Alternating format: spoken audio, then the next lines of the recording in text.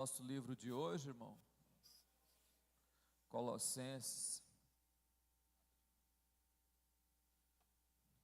Abre a sua Bíblia em Colossenses, irmão.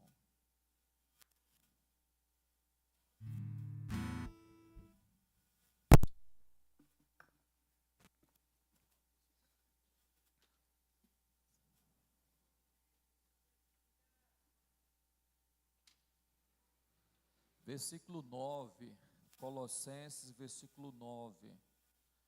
É interessante você ter a Bíblia aberta, irmão, ou o celular, para você acompanhar a linha de raciocínio, facilita para você.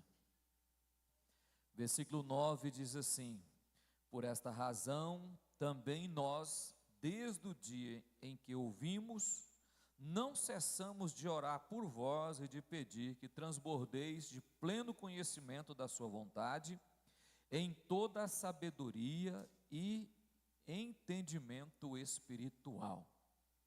Amém? Podeis assentar, irmãos. A carta aos Colossenses de Paulo, irmão, ela foi escrita porque Paulo ficou sabendo de algo que estava acontecendo em Colosso, que era uma heresia. Segundo Epáfras, Paulo fica sabendo dessa questão e escreve esta carta por causa desta heresia no sincretismo religioso e por causa da supremacia de Cristo.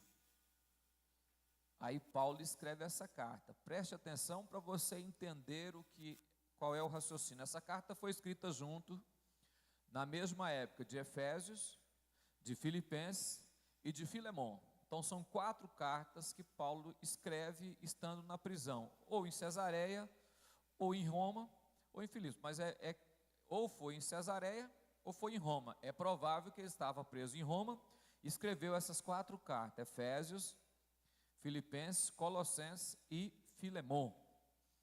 Ele escreve esta carta por causa de algo que ele ficou sabendo lá. Também Paulo não foi em Colossenses, não foi Paulo que abriu esta igreja pessoalmente. É possível que as pessoas foram evangelizadas no momento que ele estava na Ásia.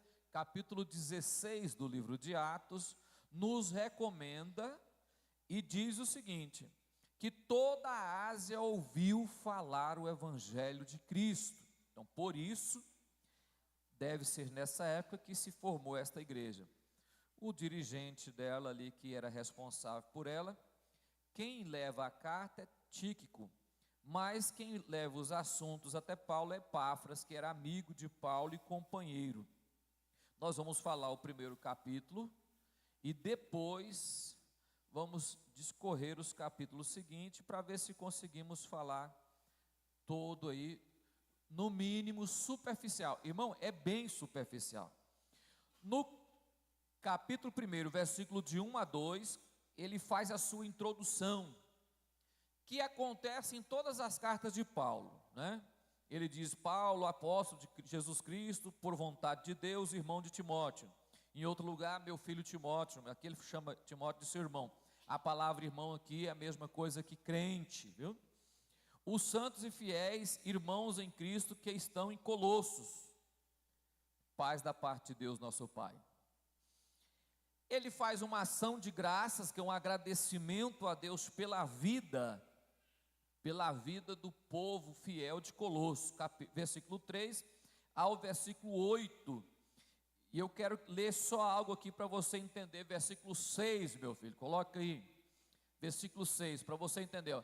Que chegou até vós, como também, quem que chegou até isso? O Evangelho, olha, a pregação do nome de Jesus, que chegou até vós, como também em todo o mundo, está produzindo fruto e, irmão, presta atenção, olha o que está escrito, chegou até vós, também em todo o mundo, está produzindo fruto e crescimento ou crescendo. Olha para mim, irmão. Quando o evangelho chega, ele não pode chegar em mim e estacionar. Ele tem que crescer. Eu começo a conhecer Jesus. Eu faço o quê? Começo. Paro? Não. É o que eu estou tentando fazer aqui, irmão. Tentando levar você a pensar o seguinte: eu posso ser melhor. Eu posso chegar a um lugar melhor. Eu posso aprender mais. Tal acontece entre vós desde o dia que ouviste e entendeste a graça de Deus na verdade.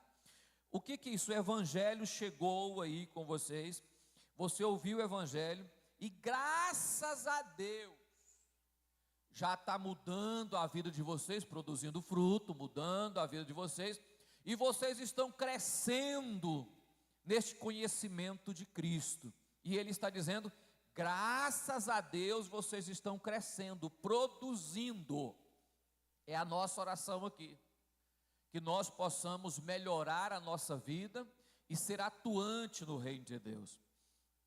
Aí ele explica, segundo vocês foram instruídos pelo servo de Deus Epáfras, versículo 9 ao 12, ele fala que está orando. Vocês percebem que Paulo está sempre orando pelas suas igrejas. Percebe isso? Como pastor, está sempre orando. Ele mostra que está orando. Versículo 9, coloca aí. Olha, por esta razão também vós, desde o dia que ouviste, não cessamos de orar por vós, desde o dia que ouvimos, não cessamos de orar por vós e de pedir o quê? Transbordeis de pleno conhecimento de sua.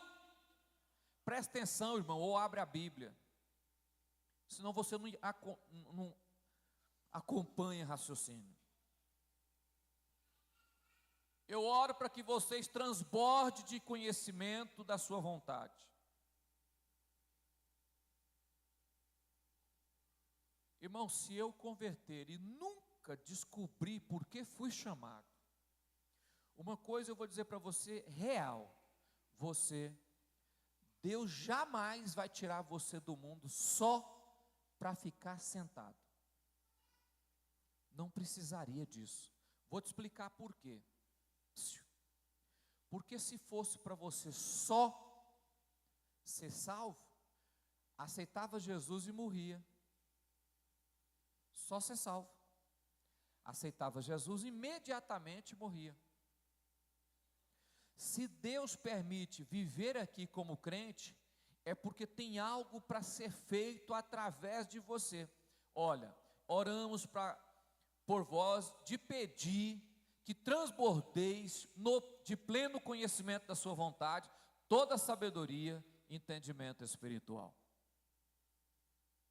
Me incomoda quando eu vejo pessoas aceitar de bom grado o fato de ser crente e não exercer nada para que o reino continue crescendo. É a mesma coisa de você falar que Deus te salvou e você está vivendo sem nenhum valor e nem sentido nenhum na terra. Mas vamos à frente, versículo de número 10. A fim de viver de modo para que vocês possam descobrir a vontade de Deus, crescer no conhecimento, transbordar nisso, ter mais sabedoria, aí sendo assim, vocês passam a viver de modo digno do Senhor. O que é viver de modo digno? Frutificando, ora, para que seja inteiro agrado, frutificando em toda boa obra e crescendo. Paulo volta a falar essa palavra, crescendo. Fazendo o que, irmão? Crescendo. Porque é impossível aceitar Jesus e ficar embaixo. Eu aceitei Jesus e não aceitei ficar só ser crente. Não, eu vou ser crente, tá bom. Não. Eu aceitei Jesus e pus no meu coração o que eu queria para a minha vida, o que eu quero para a minha vida de fé, aonde eu quero chegar, o que eu vou exercer. Paulo está falando, olha, de boa obra e crescendo neste conhecimento. Porque, irmão, se você ficar o tempo todo da forma que aceitou Cristo, fatalmente você é infrutífero, não é transformado pelo Evangelho. Você pode ver que a pessoa que não se entrega para trabalhar, para fazer a obra de Deus, sempre tem algo na vida dele que ele não deixa Jesus transformar. Ele está sempre segurando para Jesus não transformar. É a pessoa que converte, mas continua ruim da mesma maneira que aceitou Jesus. O camarada é ruim, tem a natureza ruim, e aceita Jesus e continua com a natureza ruim e não é transformado. Mas vamos à frente, que eu quero chegar, vamos parar aqui, e vamos para o versículo de número 13, irmão. Do versículo 13 ao 23, são 10 versículos, Paulo faz uma defesa da teologia cristã de uma forma maravilhosa. Paulo faz uma defesa aqui, que as pessoas estavam tendo uma heresia sobre o cristianismo, sobre Cristo, na questão de aceitar uma mistura religiosa e que Cristo era como qualquer outra religião. Não, tanto faz a sua religião cristã como qualquer outra religião, tudo é de Deus. Paulo faz uma defesa aqui extraordinária, eu quero ler para você, não dá tempo de eu te explicar, mas dá para você entender. Ele quem? Cristo. Olha, ele quem? Cristo. Quem? Cristo. Ele nos libertou do império das trevas, nos transportou para o reino do Filho do seu amor. Ele, o Pai, Deus, Cristo, nos pega, nos transporta, tira-nos das trevas e nos leva para a salvação. Existe outra religião que faz isso? Existe outra religião que faz isso, irmão? Não. Versículo 14. No qual temos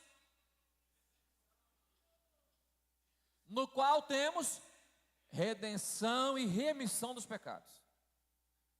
Deus pega você, tira das trevas em Cristo, em quem? A salvação só é em um. Deus pega você do reino das trevas e coloca no reino da luz em Cristo, e em Cristo temos redenção e remissão dos nossos pecados. Versículo 15. Presta atenção, irmão. Que questão extraordinária. 15, 16 e 17, ele vai falar da supremacia de Cristo, da excelência de Cristo sobre a criação. Cristo não é um Deus qualquer, não é mais um, ele é único. Este é a imagem do Deus invisível, primogênito de toda a criação. Ele é a imagem de quem? Do Deus. Aquilo que nós não poderíamos ver, que é o Deus Todo-Poderoso na sua suprema glória, vemos Cristo. Já que não podemos olhar fisicamente Deus, vemos Cristo. A imagem do Deus invisível, o primogênito de toda a criação. A palavra primogênito aí vamos colocar como primazia, a primazia de toda a criação. A excelência de toda a criação está em Cristo Jesus. Versículo 16. Pois dele foram criadas todas as coisas nos céus e sobre a terra, as visíveis e as invisíveis, seja trono, seja soberania, quer principado, quer potestade, tudo foi criado por meio dele e para. Tudo foi criado por causa dele e para ele. O Pai resumiu todas as coisas em Cristo Jesus. Não tem outro. Versículo 17. Ele é antes de todas as coisas e nele tudo. O que ele está dizendo aí, irmão? Antes do mundo ser criado, Cristo já existia. A supremacia de Cristo acima de todas as demais coisas da terra. Nada supera Cristo. Paulo está dizendo, ó, ele é único, não tem outro, não tem como criar outro. Por quê? Porque nele tudo foi criado e tudo subsiste, se sustenta sobre ele. Versículo 18. Aí ele sai da criação e coloca a supremacia e excelência de Cristo na igreja. Ele está vendo que ele sai da criação, de toda a criação, ele fala de um modo global ou universal, todo o universo, tudo foi criado por ele, para ele, e subsiste nele, e ele entra na igreja. Ele é o cabeça do corpo da igreja, é o princípio, o primogênito de entre os mortos, para que em todas as coisas ter a ele primazia. Ele é primeiro. Na igreja ele é primeiro em ressurreição, primeiro como cabeça, primeiro como governo, primeiro como adorado. Na igreja ele é primeiro em tudo, porque Paulo já tinha falado no mundo, que ele já era excelente. Versículo 19. Porque aprove Deus que nele residisse toda a plenitude da glória. Amém, irmão? Versículo 20. O que houve e que, havendo feito a paz pelo sangue da sua cruz, por meio dele reconciliasse consigo todas as coisas, quer sobre a terra, quer nos. Agora eu pergunto você, tem um anjo maior do que ele? Tem um anjo mais poderoso que ele? Pode ter um anjo maior do que ele? Quando ele diz assim, olha, ele reconciliou consigo tanto terra quanto o céu. Não existe outro maior do que Cristo. Então, nós somos salvos no Deus Cristo, real, verdadeiro, no Deus que foi pregado na cruz. Não é o Cristo qualquer, Deus, ele é 100% Deus. Paulo está dizendo isso. Não tem como eu desacreditar desse glorioso ser que nos comprou na cruz do Calvário, nos tirou das trevas em Cristo, e esse Cristo nos comprou, deu a sua própria vida para nos salvar. Versículo 21. Aí ele já sai da excelência da igreja, olha, toda a terra, universo, igreja, e ele já entra na vida pessoal, a excelência de Cristo na minha vida e na sua vida. E vós outros também, que outra hora eras estranho, inimigo do entendimento pelas vossas obras malignas, versículo 22. Agora, porém, vos reconciliou no corpo da sua carne, mediante a sua morte, para apresentar-vos perante ele santo, inculpáveis e irrepreensíveis. Você viu que ele faz uma escada de excelência e de posição, de ocupação de Deus? Todo o universo, a igreja, minha vida, sua vida, a excelência de Cristo. Aqui, irmão, ele diz, olha, ele comprou você, perdoou você, e vai apresentar você diante do Pai. Vocês não é qualquer pessoa. Paulo estava explicando isso para a igreja de Colossos. Vocês não são qualquer povo, qualquer gente. Não, não, não. Vocês são um povo comprado pelo sangue do Cordeiro. Vocês são um povo especial. Vocês são um povo lavado e remido. E esse Deus, tem gente que coloca bem assim, ó, Deus, Cristo. Não. Deus, Cristo, Espírito Santo. São iguais em tudo, ações distintas, mas é o único Deus. Cristo não é menor do que Pai. Cristo é Deus. Porque é único com o Pai. Eu e o Pai somos, não tem como ser um e ser menor, irmão. Ele há de nos apresentar irrepreensível. Versículo 23.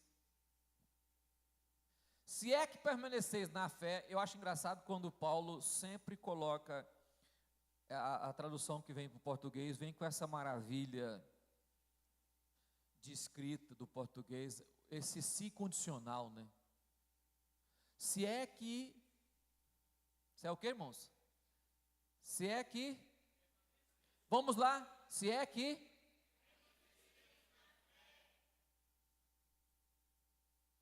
ele falou, ele é o Cristo que te salva, purifica, que prepara, que está criando, que está limpando, salvando, preparando você para ir para o céu. Se é que vocês permanecem na fé. Se permaneceis, alicerçados e firmes, não vos deixando, vamos, irmãos, não vos deixando afastar da esperança do evangelho que ouviste e que foi pregado a toda criatura debaixo do céu, e do qual eu, Paulo, me tornei ministro. O que Paulo está dizendo, irmão? Vocês serão salvos, se olha para mim aqui, eu sei que você vai ver muitas pessoas e muitos teólogos tentando colocar na sua cabeça que você salva uma vez, salvo para sempre. Tira isso da sua cabeça. Um testemunho rapidinho aqui, irmão. Se permanecer, se ficar alicerçado, se não afastar da esperança, vai acontecer tudo aquilo que anteriormente Paulo falou. Mas se contar um testemunho para você, eu conheço um homem, conheço que ele está vivo ainda, excelente pregador, homem de Deus, pastor, dirigente de igreja. E enveredou pelo caminho de uma vez, salvo para sempre, pastor assembleano, não sei quem colocou isso na cabeça dele, que tem gente que lê livros, mas não tem discernimento, sai lendo qualquer tipo de livro, ouvindo qualquer tipo de coisa, e não tem discernimento, cai da fé. O que aconteceu? Desviou do evangelho e quase perdeu a família. Só a misericórdia de Deus trouxe ele de volta. Amigo meu, amigo, de estarmos juntos, de pregarmos juntos. Aí eu fui conversar com ele, ele falou, rapaz, eu pensei que uma vez salvo, eu estava salvo para sempre. Falei assim, lencou, né? O tiro saiu pela culatra, não deu para ser salvo para sempre. Ele falou, depois que eu estava no mundo, pastor Salim, eu descobri que eu não era salvo para sempre. Porque lá eu tinha medo do inferno. Então, irmãos, olha, presta atenção. Se permanecer. Por quê? Porque tinha muitos deles na igreja que estavam ouvindo heresias e dando ouvido à heresia. Dando ouvido à heresia. E Paulo escreve textos para combater a heresia na igreja de Colosso. Amém? Vamos dobrar o joelho que estão passando 5 minutos ali. Ó. Nós ficamos empolgados e aí passa.